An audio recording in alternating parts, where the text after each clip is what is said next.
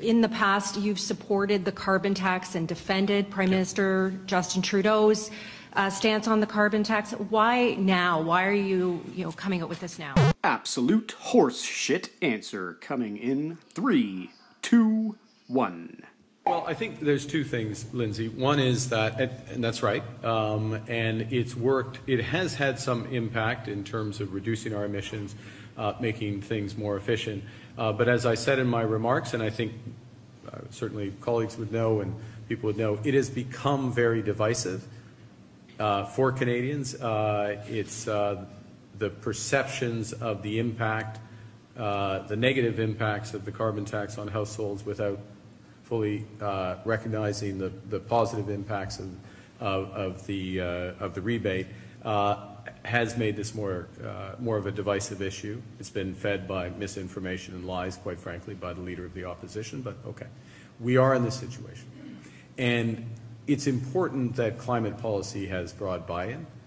There's a better way to do things. We've worked on coming up with a better way to do things, which keeps an element of the price on pollution, the most important element, which is the industrial price.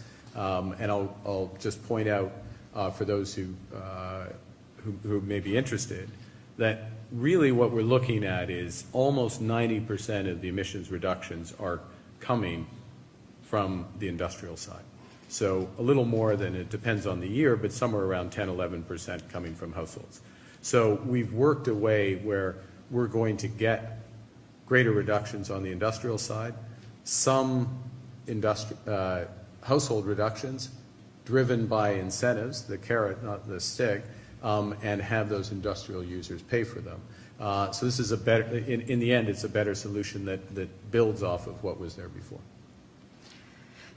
Okay, and in relation to what's happening in the U.S., what are you proposing Canada can do about the tariffs that you say maybe, that we all know may be coming into effect tomorrow? So the first thing is to say, and as I alluded to at the start of my remarks, is we have a government in place. We have negotiators literally at the front line with the Foreign Affairs Minister, the Minister of Finance, Minister of Public Safety are in Washington having discussions with their American counterparts and stand foursquare behind them. Second is that, so I'm not going to say anything that undercuts or front runs or interferes with that. But to be clear, we have many cards. We're keeping all our cards. We're not turning over any of our cards face up. First and foremost, what you need to do in any negotiation is strengthen your outside option. And our outside option is to walk away. Our outside option is to strengthen our economy now. This is one of many measures we have to strengthen the economy in the near term and over the medium term, and we will take those.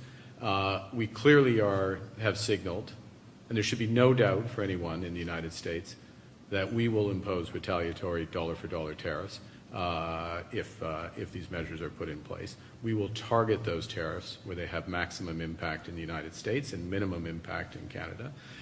We will support our companies and workers that are most affected. We'll recycle the money from those tariffs to support them. There's much more we can do, and I'll just add this to it, which is consistent with other public comments, is that we have an opportunity to reinforce the strength of our economy.